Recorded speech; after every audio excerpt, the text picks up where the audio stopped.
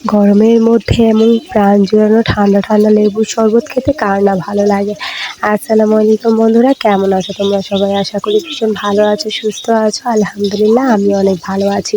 আজকে তোমাদের জন্য নিয়ে আসছি ঠান্ডা ঠান্ডা লেবুর শরবত। আমরা এমনি নর্মালি অন্যরকমভাবে শরবত খাই, অনেক রকমেরভাবে শরবত খাই, কিন্তু সবচেয়ে বেশি শান্তি এবং গরমের ভিতরে প্রাণ জোড়ানোর ভিতরে হচ্ছে এই লেবুর শরবত। প্রথমে আমি এখানে একটা পাত্রে ঠান্ডা পানি নিয়ে নিচ্ছি। এখানে আমি একদম ফ্রিজে রাখা ঠান্ডা যে পানিটা হয় ওইটা ব্যবহার করেছি, আর নর্মাল কোনো পানি ব্যবহার করিনি। তোমরা যদি চাও এখানে বরফও ব্যবহার করতে পারো, কিন্তু পানিটা অনেক ঠান্ডা ছিল তাই আমি আর এখানে বরফ আলাদাভাবে ব্যবহার করিনি। তো তারপরে এখানে আমি একটা লেবু নিয়েছি, একটা বড় সাইজের একটা লেবু নিয়ে নিয়েছি। এখন লেবুটা হাতের সাহায্যে আমি খুব সুন্দর করে চটকে লেবুর যে রসটা আছে তা বের করে নেব।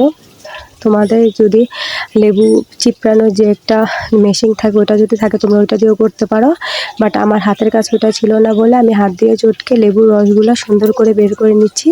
তো দেখতেই পাচ্ছ লেবুর রসটা বার করার পর শরবতের যে কালারটা তাই অন্যরকম হয়ে গেছে এবং দেখতে অনেকটা মজাদার লাগতেছে। তো এখানে আমি 2 চামচ পরিমাণ চিনি ব্যবহার করেছি এবং সামান্য পরিমাণ বিট লবণ ব্যবহার করেছি।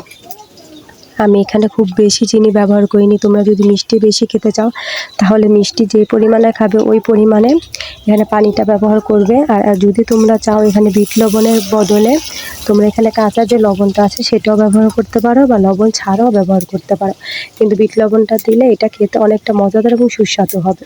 তো দেখতে পাচ্ছ কতটা লোভনীয় লাগছে। তো আজকের মতো বিদায় নিচ্ছি বন্ধুরা, তোমরা এরকম শরবত বাসায় বানিয়ে টেস্ট করো। আল্লাহ হাফেজ।